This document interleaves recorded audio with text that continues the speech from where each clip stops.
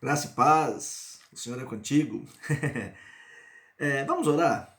Bondoso Deus, Senhor de nossas vidas, nos ajude nesse momento a entender o capítulo 2, do verso 1 ao 10, o que Paulo precisou depois desse tempo de voltar a Jerusalém para tratar desses assuntos importantes.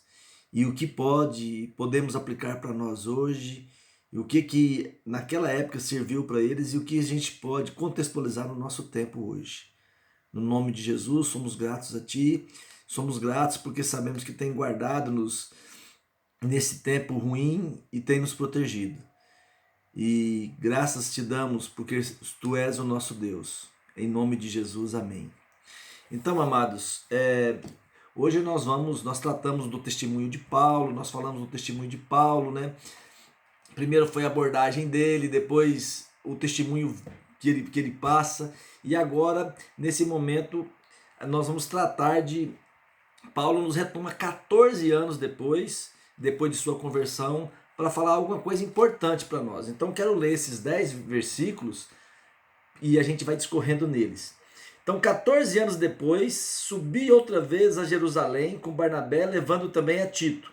Subi em obediência a uma revelação e lhes expus o evangelho que prego entre os gentios, mas em particular aos que precisam de maior influência para de algum modo não correr ou ter corrido em vão. Contudo, nem mesmo Tito, que estava comigo, sendo grego, foi constrangido a circuncidar-se.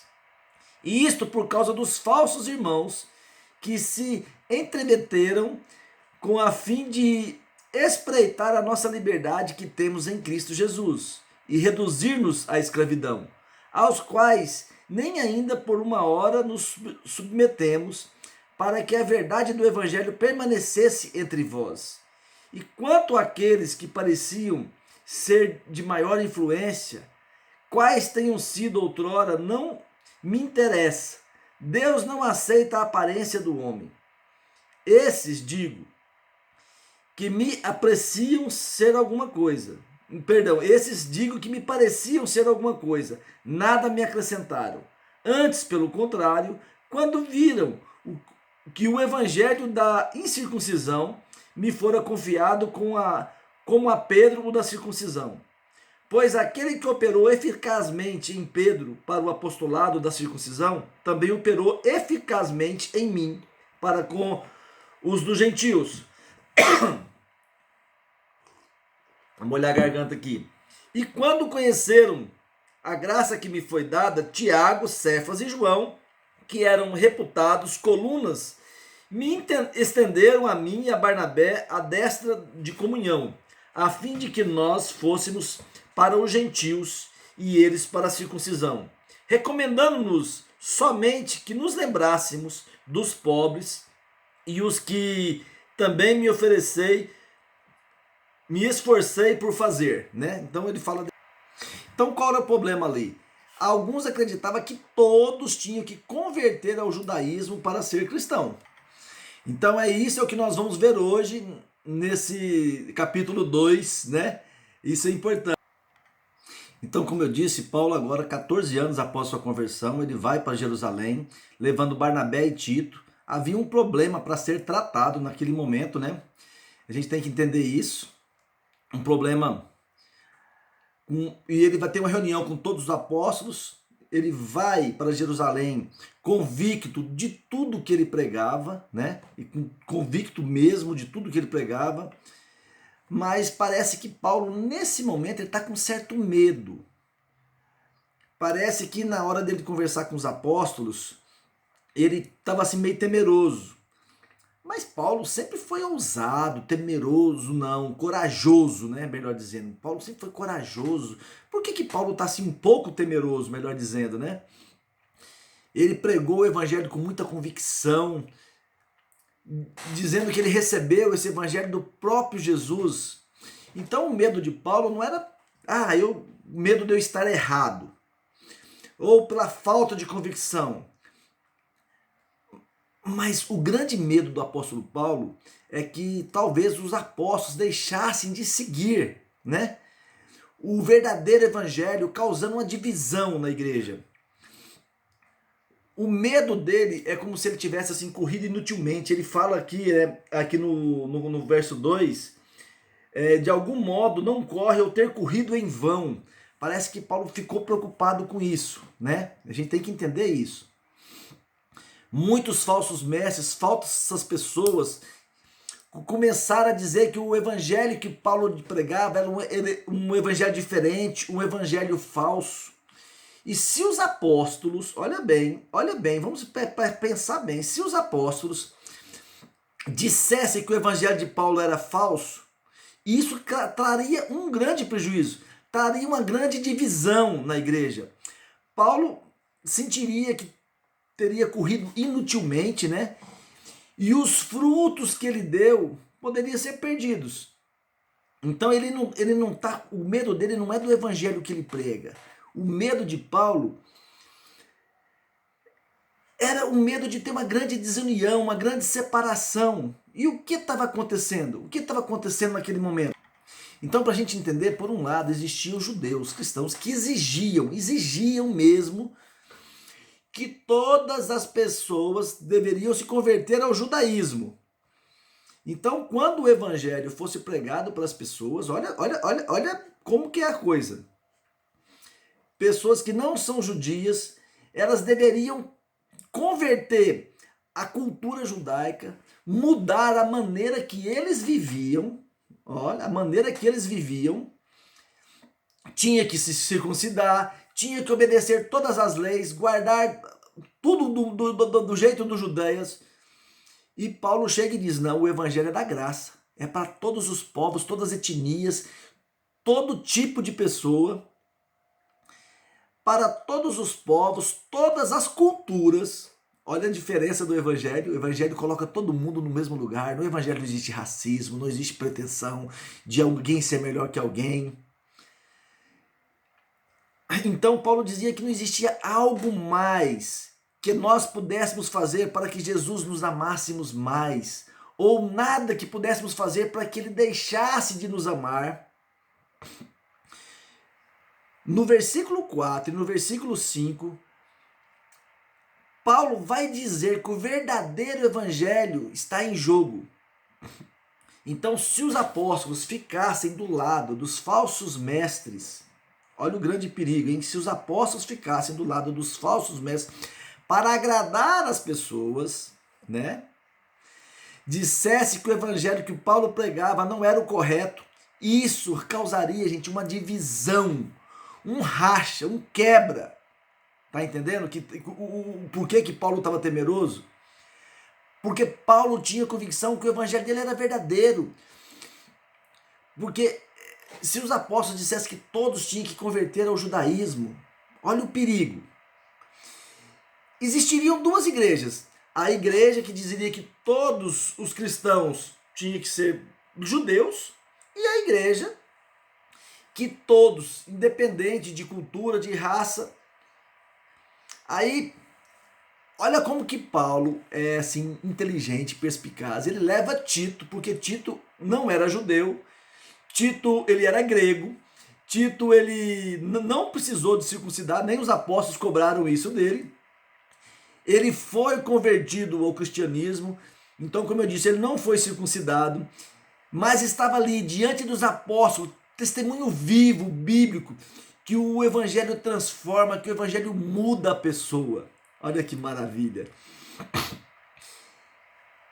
Então, o que o evangelho faz, independente se somos brasileiros, somos americanos, se somos italianos, se somos africanos,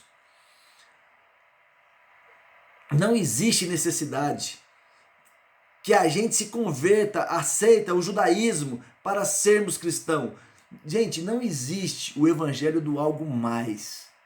Não existe. Temos que entender isso. Tito estava ali justamente para comprovar isso, tá? E isso era um testemunho vivo, graças a Deus, que o veredito final dos apóstolos foi o quê? A mensagem que Paulo pregava era verdadeira. Todos são bem-vindos ao evangelho. Não há necessidade do algo mais. Olha que maravilha que os apóstolos testificaram.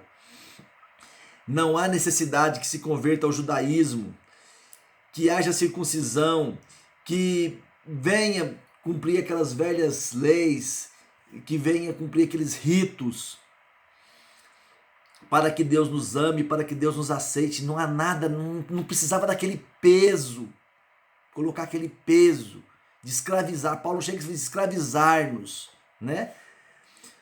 Então, o que estava acontecendo naquele momento? Que o evangelho que o apóstolo Paulo pregava não é que as leis são ruins. Paulo não dizia que a lei é ruim. Não era isso. Paulo não dizia isso. Não é que agora não precisa mais obedecer às leis morais. Não é isso. A gente não pode entender que, não, Paulo veio ali e acabou com a lei e a lei não serve para nada. Não. Agora não precisa obedecer os 10 mandamentos. Gente, muito pelo contrário. Muito pelo contrário. Nós vamos obedecer os 10 mandamentos, certo? Nós vamos obedecer às leis morais de Deus. Mas o que Paulo está dizendo aqui é que isso não é critério para salvação. Isso não é critério para salvação, amados. Não é critério para salvação. Deus não nos salva, Deus não nos ama por causa da nossa obediência à lei.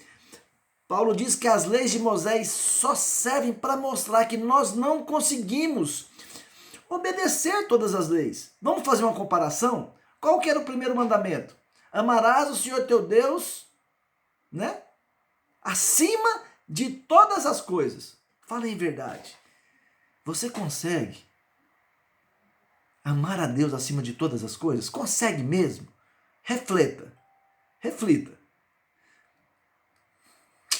Infelizmente, é muito difícil.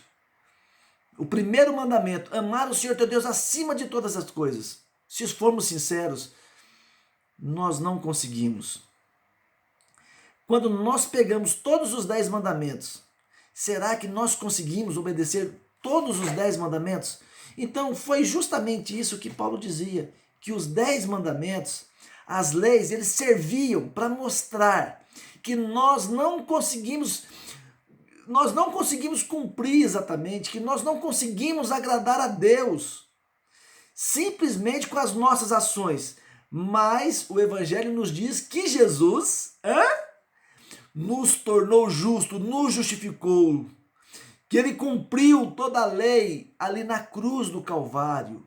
Gente, é magnífico. E agora, justamente porque Jesus cumpriu toda a lei na cruz do Calvário, nós temos a verdadeira liberdade de escolher a Jesus, de amar a Jesus.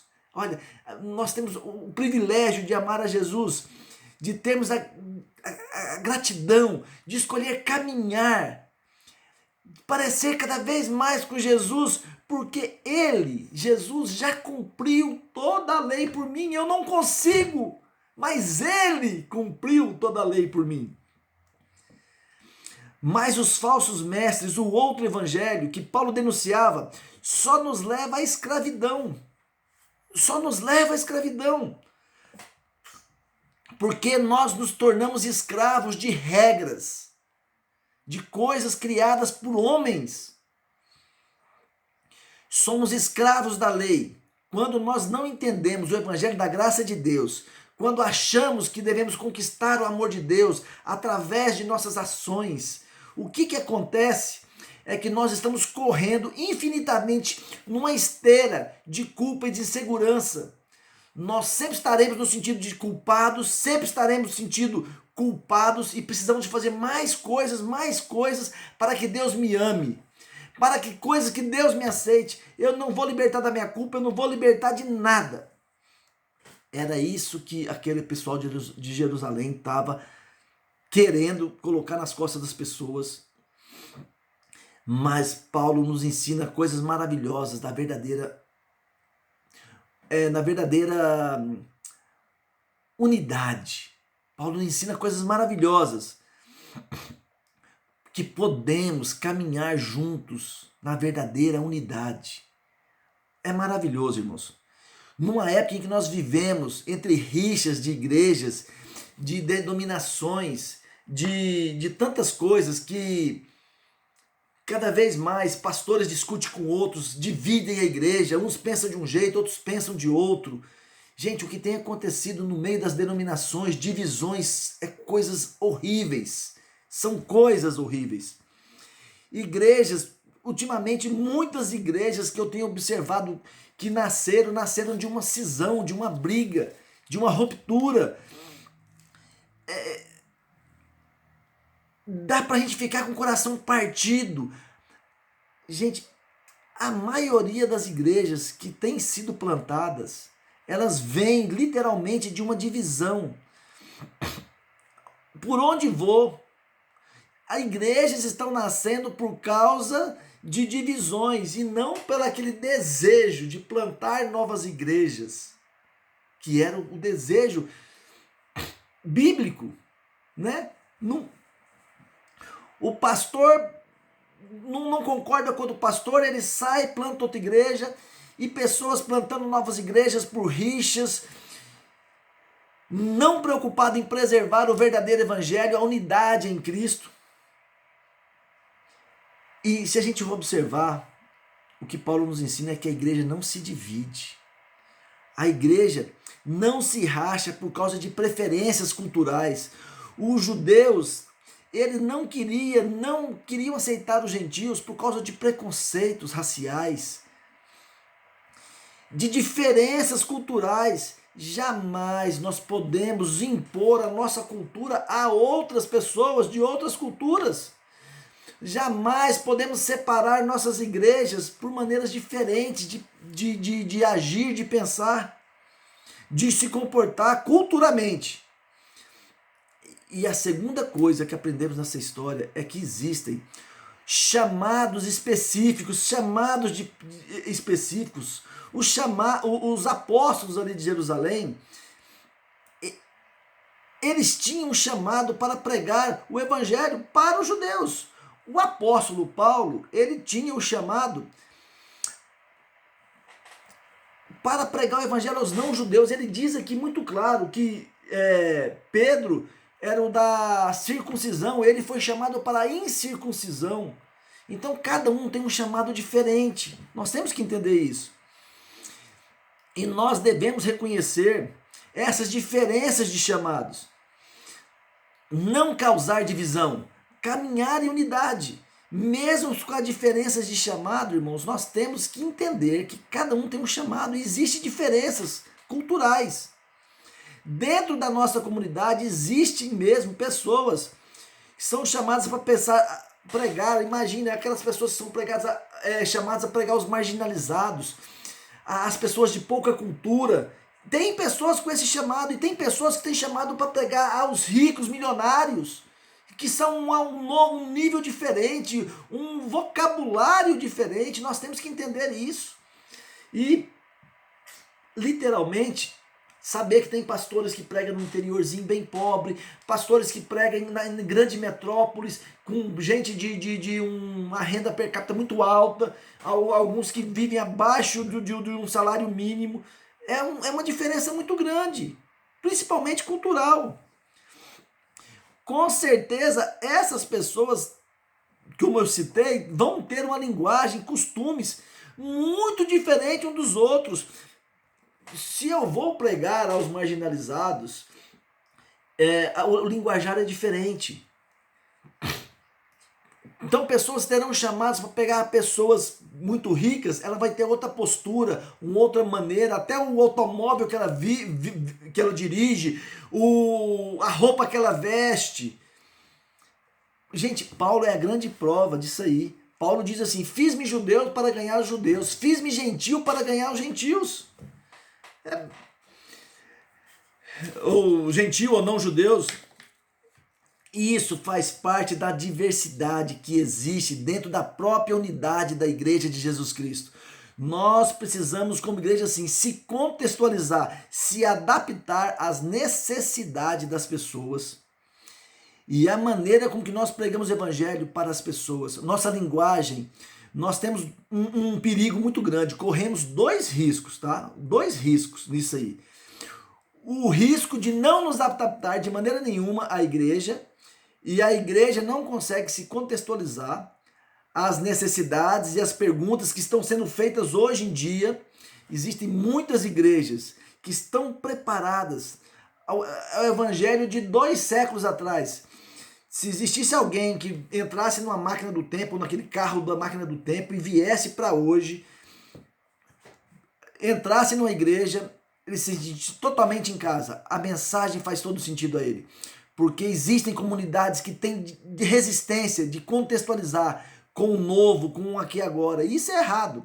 Agora tem um outro risco. O risco de contextualizar de uma certa forma, de nos tornarmos liberais demais, de tornarmos uma igreja mundana.